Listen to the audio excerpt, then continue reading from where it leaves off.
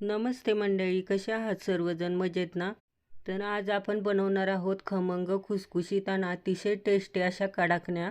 आता कडाकण्या बनवण्यासाठी मी हे गव्हाचे पीठ चाळून घेतलेले आहे. त्यात हाफ वाटी बेसन पीठ टाक, चवीपुरते मीठ, विलायची पावडर आणि हा एवढा गुळ असा वितळवण्यासाठी ठेवला आहे. आता मी फोडलेल्या गुळात थोडेसे पाणी घालून ते उकळून घेतले. थंड झाल्यानंतर आपल्याला घ्यायचे आहे. मग ते गुळाचे पाणी थंड झाले की मी मळायला सुरुवात केली आणि पीठ छान असे मळून घेतले.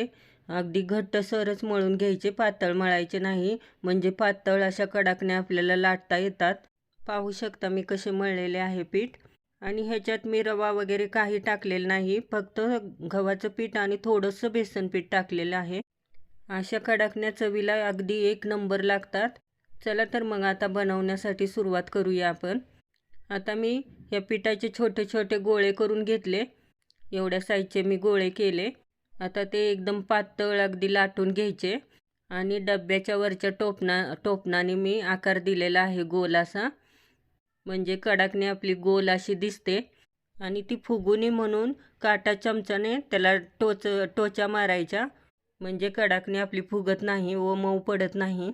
आता मी एवढ्या कडाकण्या सर्व लाटून घेतल्या. कडाकणी तळण्यासाठी कढईत तेल गरम करण्यासाठी ठेवली व एक एक कडाकणी तळून घेतली.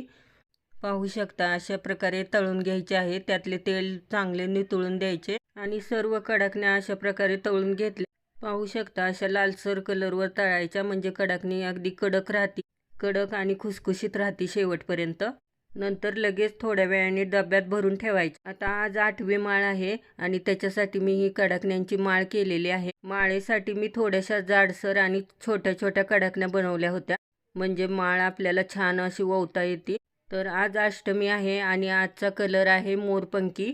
पाहू शकता मी मोरपंखी कलरची साडी नेसलेली आहे. आणि मंडळी, तुम्हाला माझे व्हिडिओ आवडत असतील तर जास्तीत जास्त शेअर करा आणि कमेंट करून नक्की सांगत जावा तुम्हाला आवडले की नाही ते. लाईक आणि सबस्क्राईब करायला पण विसरू नका. आणि आज मी फराळाचे हे बनवले होते, भगरीची भाकरी आणि भेंडीची भाजी. तर आज मी कडाकण्याची माळ बांधणार आहे.